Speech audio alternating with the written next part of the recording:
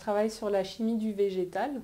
Donc pour expliquer un peu en quoi consiste la chimie du végétal, en fait c'est un des axes majeurs de la chimie verte, ce qu'on appelle la chimie verte ou encore la chimie biosourcée. Donc pourquoi biosourcée? Parce qu'on utilise des ressources naturelles.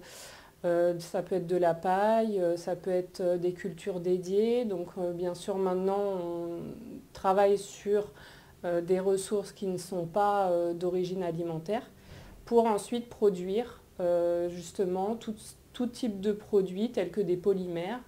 Ça peut être ce qui constitue des emballages, ça peut être ce qui constitue aussi des plastiques. Donc ces matières sont initialement produites à partir d'énergie fossile. Donc là, on prend une alternative de partir de biomasse pour un développement durable, avec plus de respect de l'environnement.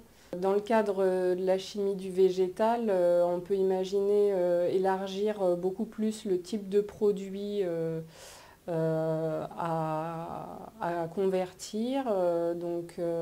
On peut aussi améliorer donc, les procédés, parce que c'est vrai qu'actuellement ça existe beaucoup à petite échelle, mais il va falloir encore beaucoup travailler sur les méthodes de conversion de la biomasse en produit pour pouvoir faire à grande échelle. Et puis en fonction des territoires, donc à l'international, ça peut changer.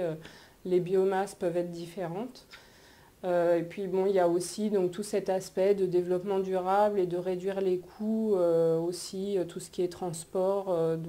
Ce sont des objectifs qui nécessiteront beaucoup d'innovation pour trouver de nouvelles alternatives. À titre personnel, il y a différents petits gestes de tous les jours. Donc ça peut être au niveau du transport, tout simplement, venir au travail en faisant du covoiturage. Ça peut être justement en prenant bien soin de la voiture aussi pour qu'il n'y ait pas trop d'émissions de gaz à effet de serre.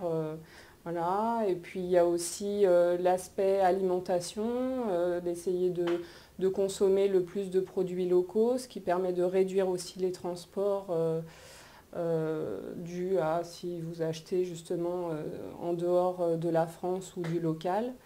Et puis il y a aussi beaucoup l'aspect consommation de plastique, d'emballage aussi, que j'essaye de limiter au jour le jour, ce qui n'est pas forcément évident actuellement.